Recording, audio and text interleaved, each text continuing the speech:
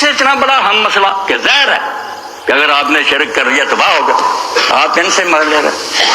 ائمہ طاہرین نے اسی لیے کہا، میں اس لیے کہہ رہا ہوں کہ میں پڑھتا ہوں نا کہ جو لوگ غرور کرتے ہیں اور رسول کریم علیہ السلام یا ائمہ کی شان میں کہ وہ یہ ہے یہ خدائی ان کے ہاتھ میں، ان کے پاس جھوٹی روایتیں۔ ناراض نہ ہونا، بات میری توجہ سے سننا۔ آپ میں سے شاید کئی مانتے ہوں گے کہ سب خدائی اللہ نے ان کو دے دی، غلط بات۔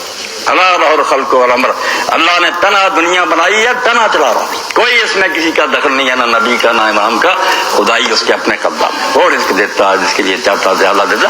جھوٹی باتیں چھوڑے، اور میں ائمہ کے حوالے دوں گا، ان کے زمانے میں جھوٹی روایتیں پھیل گئی، اور ائمہ طاہرین سے لوگوں نے پوچھا کہ یہ کیا ہے؟ انہوں نے کہا ہر خدا کا نام مانو، ہم یہ باتیں کہتے ہیں، یہ ظالم دین کے دشمن ہمارا نام لے کر منسوب کرتے، مگر وہ آپ میں پھیلی۔ آپ کا زیادہ طبقہ جانا ہمارے یہاں بھی ہے، ہم انہیں سنی حضرات کہتے ہیں، بریلوی میرے بھائی، مگر ان میں بھی علم نام کی شے نہیں، جھوٹی روایت۔ کتاب اٹھا دیتے ہیں، یہ لکھا ہوا یہ لکھا ہوا، کہیں آ جائے گا امیر المومنین علیہ السلام فرماتے میں اللہ کی آنکھ، کہیں آ گیا جب میں اللہ کا ہاتھ۔ میں نے ایسے ظالم سنے ہیں جو کہتے ہیں جب اللہ علی اس کی آنکھ ہے اس کا ہاتھ اس کو تو خدا ہی ہوا پھر، ممبر پر کہتے ہیں یہ توحید ہے۔ یہ ائمہ طاہرین نے دین سکھایا۔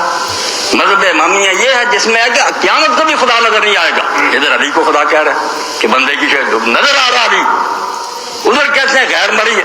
قیامت کے دن یہ سنیوں کہتے ہیں، تم کہتے ہو اللہ نظر آئے گا، تم تو جھوٹے ہو، اللہ نظر نہیں آتا۔ کتنی بے جوڑ بات ہے، ادھر غیر مری ہے، ادھر ایک مری وجود کوئی کہتے ہیں اس کی شکل میں خدا ہے۔ اللہ کا نام مانو، توحید کو بٹا نہ لگا۔ اور یہ جو ہے نا کہ ہم نے خطبۃ البیان سنا، امیر المومنین کہتے ہیں محریز کی خطبۃ البیان سچا، مولانا آ جائیں گے پوچھیں ان سے کہ اللہ کو حاضر نظر کر کے بتائیں یہ روایت صحیح ہے، امیر المومنین نے یہ خطبہ دیا، یہ تو دجالوں نے کرا، ان کے نام پر جھوٹ بولا۔ امیر المومنین خدا کے بندے ہیں، خدا نہیں، مگر کیا کریں، حق بات بیان کرنا ہر جگہ مشکل ہے، لوگ حق نہیں سننا چاہتے، اپنی مرضی کی باتیں سننا چاہتے۔ میں ایک حوالہ، مسئلہ تو اور ہے مگر اس لیے کہ روایتوں کی حقیقت سامنے آ جائے آپ کے سامنے رکھتا ہوں، یہ اصول کافی ہے۔ پہلا ہی لوگ امام ابو الحسن رضا علیہ السلام کے پاس گئے، اب یہ نہیں ان کا یہ اسی میں ولادت ہوئی، یعنی میں شہادت ہوئی آخر میں مامون عباسی کے دور میں، تو کہتے ہیں کہ ابو قرآن محدث جو ہے یہ 96 صفحہ تازہ ایڈیشن، کہ اس نے مجھے کہا ادخل علی ابو الحسن رضا علیہ السلام، صبر سے بالکل سننا، سوال ہوگا تو بے شک کرتے رہے آپ، مگر اللہ کے لیے روایتوں سے جان چھڑا لے، کوئی روایت نہ توحید اور شرک کے مسئلہ میں لائیں، نہ یہ حضور سے ثابت ہے، ان میں بھی بڑی ملاوٹ ہے، ائمہ سے بھی ثابت نہیں، جعل لوگوں نے بہت کیا۔ قرآن ہم تک پہنچا ہے تقیید کے ساتھ، جس شکل میں بنا اب اس میں امت کو شک نہیں کہ جو ہے یہ اللہ کا کلام ہے۔ اس کو دیکھیں کہ قطعی اور یقینی کتاب نے کیا لکھا، یہ کوئی گنجائش چھوڑتی ہے کسی کے لیے کوئی نبی اور امام بھی لوگوں کو کچھ دیتا نہیں۔ اب وہ کہتے ہیں ابو قرہ سنی عالم تھے کہ مجھے امام ابو الحسن رضا علیہ السلام کے پاس لے جائیں، فاستاذنتہ فی ذلک، تو راوی بیان کرتا ہے کہ میں نے امام علیہ السلام سے اجازت مانگی، صفوان بن یحییٰ راوی، انہوں نے اجازت دے دی، فداخل علیہ، تو وہ ابو قرہ آ گئے، فسأل عن الحلال والحرام والاحکام حتی بلغ سؤال التوحید، وہ پوچھتا رہا حلال حرام کے اور شریعت کے مسئلے حتیٰ کہ بات توحید تک پہنچ گئی۔ فقال ابو قرہ ان روینا ان اللہ قسم الرعد والکلام بین نبیین، اب سنیوں کی یہ روایت ترمذی میں ہے وہ بھی ضعیف ہی کہ اللہ نے دو چیزیں دو نبیوں میں تقسیم کر دی، کلام موسیٰ علیہ السلام کو دے دیا، ان سے باتیں آمنے سامنے، دیکھتا نہیں تھا آواز سنتا تھا، اور رویت جو ہے دیکھنا یہ حضور کو دے دی، معراج کے دن آپ نے دیکھا۔ یہ ابو قرہ نے پوچھا امام سے کہ ہمیں یہ روایت پہنچی کہ اللہ نے دو نبیوں میں یہ کیا، ایک کو دیدار دے دیا ایک کلام، فقسم الکلام علی موسیٰ، کلام موسیٰ علیہ السلام کو دیا، ولی محمد صلی اللہ علیہ وآلہ وسلم الرؤیا، دیدار حضور کو دیا۔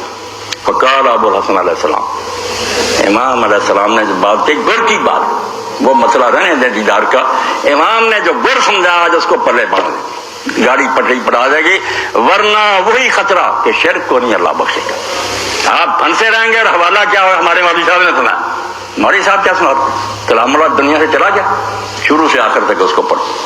تو امام علیہ السلام نے جو کہی، یہ عام طور پر بھی حدیثوں کو پرکھنے کے لیے گڑ، فمن مبلغ اللہ علی سکران الجن والانس، امام علیہ السلام نے فرمایا تو پڑھا لکھا آدمی ابو قرہ، اللہ کی طرف سے جنوں اور انسانوں کو یہ کلام کس نے پہنچایا؟ لا تدرک الابصار ولا یحیطون بعلم وليس کمثلہ شیء.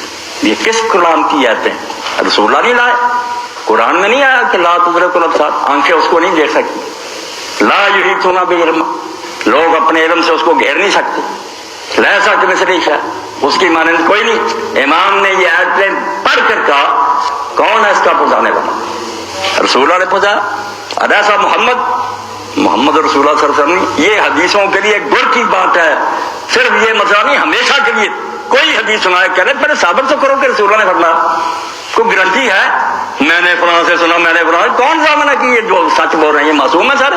6-7 راوی درمیان کو ویسے کارا بنا.